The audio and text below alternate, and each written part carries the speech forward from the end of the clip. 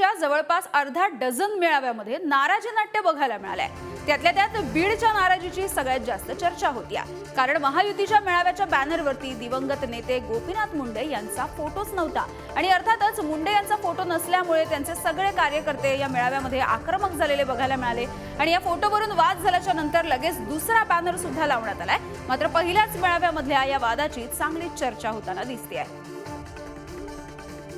उदय नागरगोजे आमचे प्रतिनिधी आपल्या सोबत आहेत। उदय, काय नेमकी अपडेट आहे? बॅनरवरून महायुतीमध्ये नाराजी नाट्य बघायला मिळत आहे। नक्कीच बीडमध्ये राष्ट्रवादी, भाजपा आणि शिवसेना या मित्र पक्षांच्या महायुती जी आहे त्याचा मेळावा आयोजित केला होता।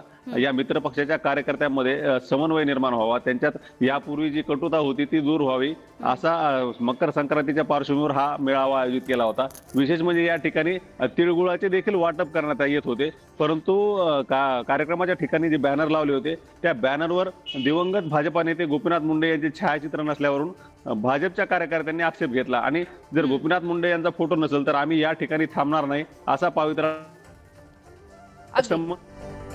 धन्यवाद उदय या सगळ्या माहितीसाठी। आणि